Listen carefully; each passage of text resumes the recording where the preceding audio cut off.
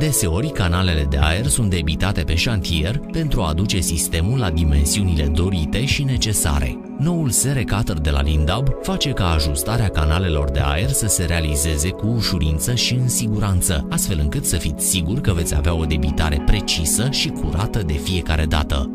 Este simplu și rapid de folosit și, de asemenea, asigură o debitare corectă și ergonomică. Începeți prin a regla Serecutterul și a poziționa canalul de aer.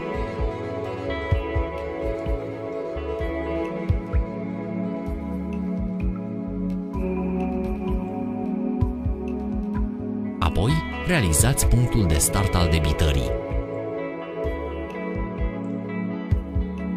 Debitați cu foarfeca electrică.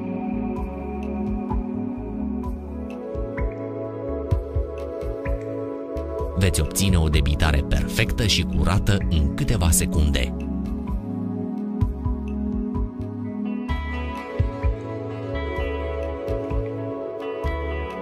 Dispozitivul Serecutter poate debita canale de aer de până la 0,9 mm grosime tablă și până la 3 metri lungime, cu diametrul cuprins între 80 și 315 mm.